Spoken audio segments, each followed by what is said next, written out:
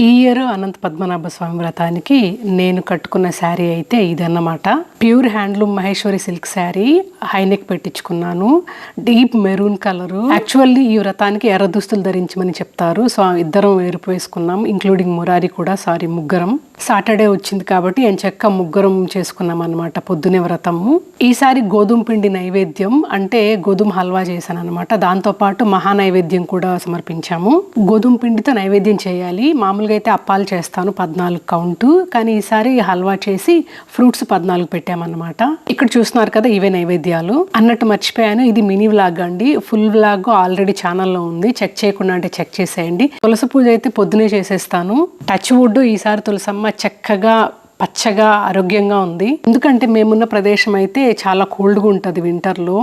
చాలా సార్లు కొండెక్కిస్తుంది అమ్మవారు. అంటే పాస్ట్ ఇయర్స్ చెప్తున్నానండి, ఇప్పుడు కాదు. ఇప్పుడు మోర్ దెన్ 1 year హెల్దీగా చక్కగా ఉన్నారు అమ్మవారు. మా తోటలో మందారాలు చక్కగా పూచాయి, సో అవి కోసుకొచ్చేసాను. పూజకి ఆల్ సెట్ మొదలెట్టేస్తున్నాం. పూజ అయితే చూస్తున్నారు కదా, ఆయన అనంత పద్మనాభ స్వామి. ఈ పూజలో ముఖ్యంగా యమునాదేవి పూజ చేసిన తర్వాతే అనంతుడు పూజ చేస్తాము. మేము పూజ ఎప్పుడు మా దగ్గర ఉన్న మహావిష్ణు అమ్మవారి వెండి ప్రతిమలు ఉన్నాయి, వాటికి అభిషేకంతో స్టార్ట్ చేస్తామన్నమాట. పూజ అయితే చక్కగా అయిందండి. నాకు అనంత పద్మనాభ స్వామి వ్రతం అంటే ఎప్పుడు మా అమ్మే గుర్తొస్తుంది. అఫ్ కోర్స్ ఏ పూజలైనా అమ్మే ఎక్కువ గుర్తొస్తుంది, కానీ ఇదేంటంటే ఎక్కువ మంది చేయరన్నమాట.